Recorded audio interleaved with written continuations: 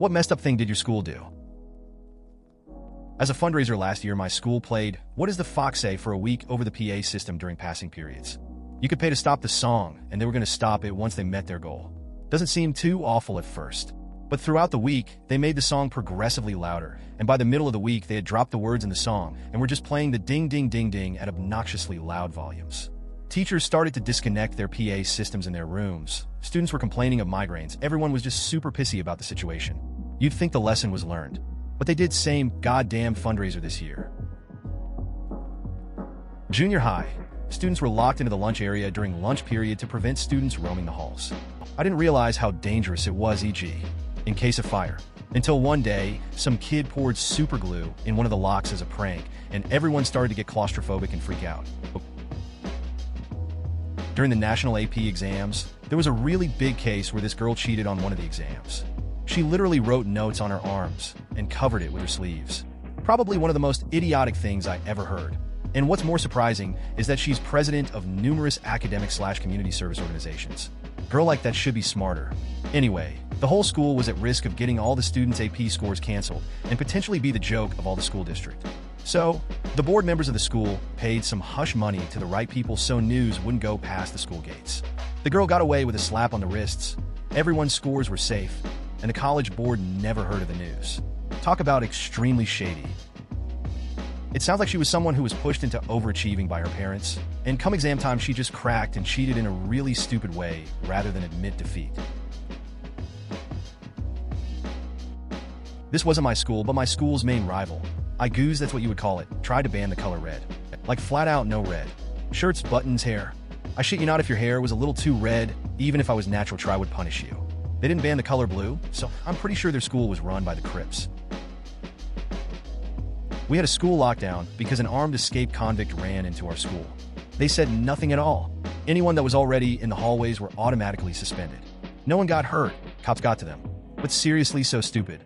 It's a good idea to tell why there is a lockdown, so people will listen.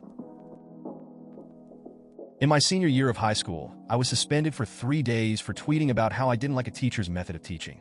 The teacher just so happened to find that tweet on the internet one day, so the school took action and made an example out of me. The teacher was a brand new teacher and was a psychopath. She stalked all of the students on social media. Every scholarship a senior applied for had to go through the counselors at the school.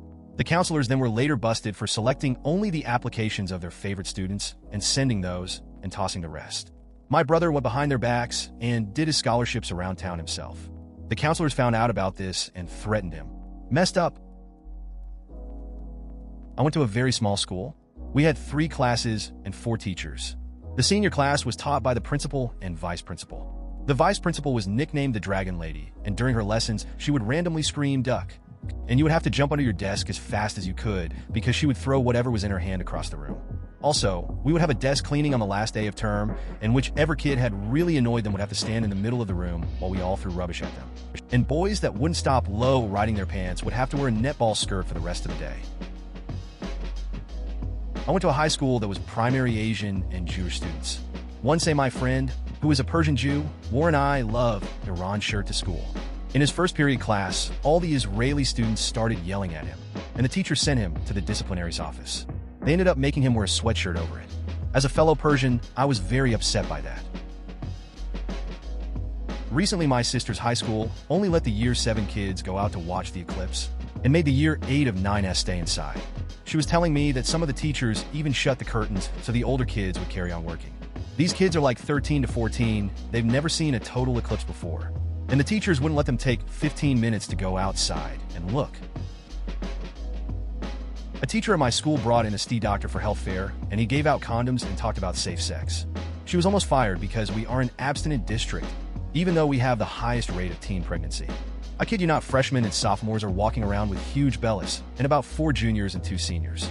3 had their kids since November to now. In 1990, I went to a small private school a little north of New Orleans. When we went on the tour to look at it, the principal had a lot of great things to say and was a friendly woman. My pops took on an extra job so I could go there, and about 3 months into the school year, the principal took an odd turn.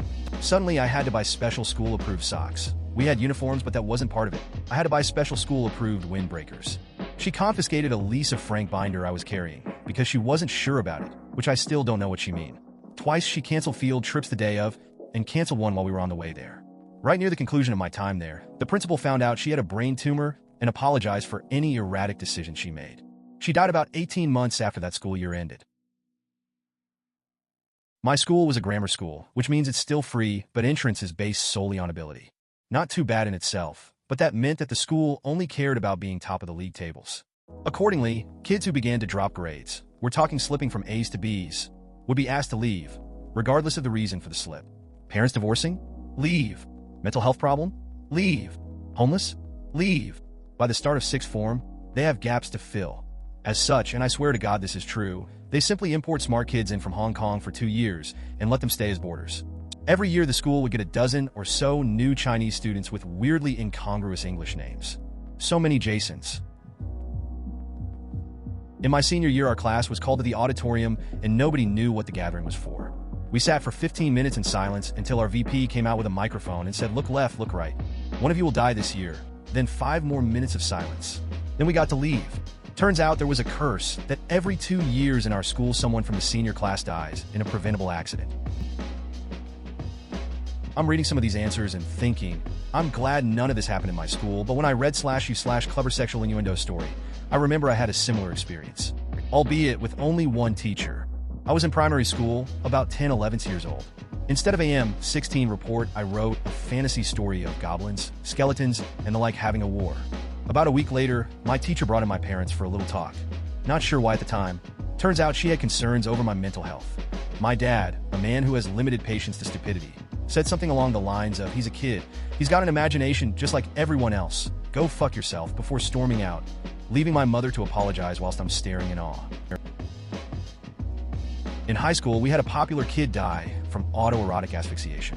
A few months later, we ended up having a school assembly that was designed to scare you to death. Basically fear-mongering, traumatizing pictures. It had all these terrifying statistics, and at the end an in memoriam that had a bunch of names of teenagers who died from doing it. His was included, of course. As if that wasn't inappropriate enough, the mom of the dead freshman got up and spoke at the end. I don't remember what all she said, but she was hysterically ranting and crying. Half the auditorium was in tears, and the other half was in shock that the administration thought this was an appropriate idea for a school assembly. On the last day of school, freshmen seniors could leave early. That left 7th to 8th graders at the school. They made us clean up the school grounds. This included, but was not restricted to, tampons, to use one knot, a bunch of rusty stuff from the workshop, garbage, and dog shit. No gloves, nothing. They just walked around monitoring us. They didn't help with anything. Luckily, I was not there for one of the used tampons, the dog shit, or most of the rusty stuff because I brought $50 and I intended on spending it. I gathered up some buddies and we walked off to Pizza Hut. It was the last day of school and they couldn't do shit and still didn't the next year. By the way, I knew there was another used tampon and dog shit because a friend who couldn't go, his mom worked at the school, told me about it. My twin brother just turned 18 the day before and got his license on his 18th birthday. He bought a car a couple weeks before after saving up. Filled it with petrol, drove to school to write an exam, and suddenly we were no longer allowed to park inside the school grounds. Apparently some kids were doing burnouts on the grass a few weeks prior. This is South Africa. You don't park a car on the street unless you don't want that car anymore. Anyways, they told us to park the thing outside the gates and claimed the security guard would look out for it. End of exam comes, we go outside to drive off like bosses. All that's left is some shattered glass. The guard had called his buddies and let them know there was a free car for the taking. To be fair, the school was very apologetic, and when the insurance paid out a few grand below what we paid for it, they actually gave us money to make up the difference. My grandmother taught at my high school for 30 years, so I was able to get away with a lot of shit. One thing, however, almost got me expelled. It had been snowing a lot back in 2002. I copied the HTML of our school's website and made a copy of it and declared that the next 2 days were snow days for the entire school and district. I made the URL look real by adding the @ symbol at the end and putting the fake website address so it looked legit. I then sent the fake URL to everyone I knew via AOL Instant Messenger, and it spread like wildfire. A couple days later, I was in the principal's office with the police, my parents, principal, and superintendent. My father, an IT expert, explained I didn't actually hack the website at all, but rather just use some web trickery. The absentee rate had shot up by 1,200%, according to the superintendent. Because of my prank, I was suspended for a week, given another week of in-school suspension, and banned from the computer lab for the rest of the year. Worth it. A cop and the superintendent of my school came to class one day and told us a group of kids died in a car crash. I believed them and started crying because one of the girls was from my class and I grew up with her. It ended up being a lie. They told us to scare us into not drinking and driving. They had a huge assembly about it and everything. I got made fun of for crying and it really embarrassed me. I never trusted anything they school told me ever again. Made a no nickname policy because nicknames could be used to bully other kids.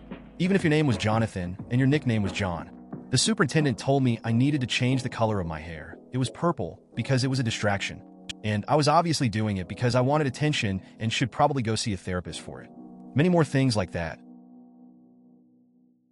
My high school was the one back in the early 2000s that sent the ski club to Canada for a weekend.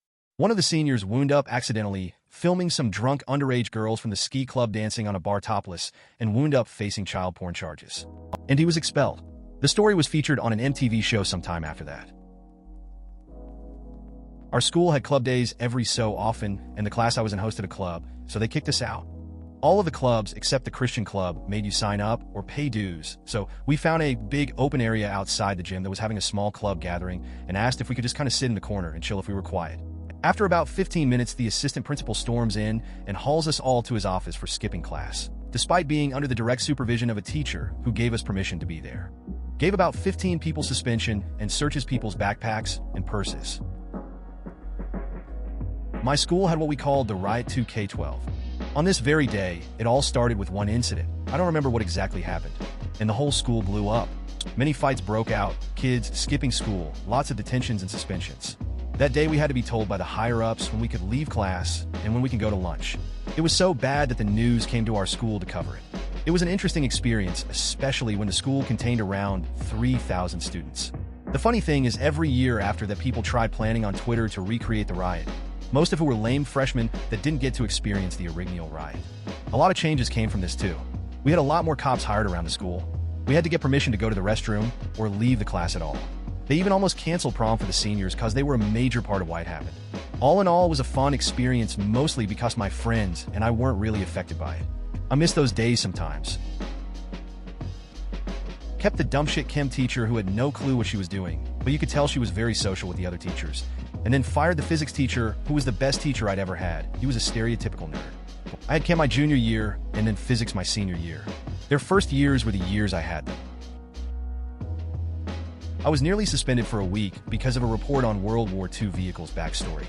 In the 10th grade, we were assigned a small project in history and we could research things about events, battles, etc. Anyway, I did my report on the Junkers, Ju 87. I really researched the fuck out of the plane. Well, due to the amount of research I did cough Wikipedia, a student thought I was glorifying Nazis. So he told the vice principal, and she was either disgusted or horrified at me, and took me the actual principal with the teacher. Thankfully, the teacher saved my ass L.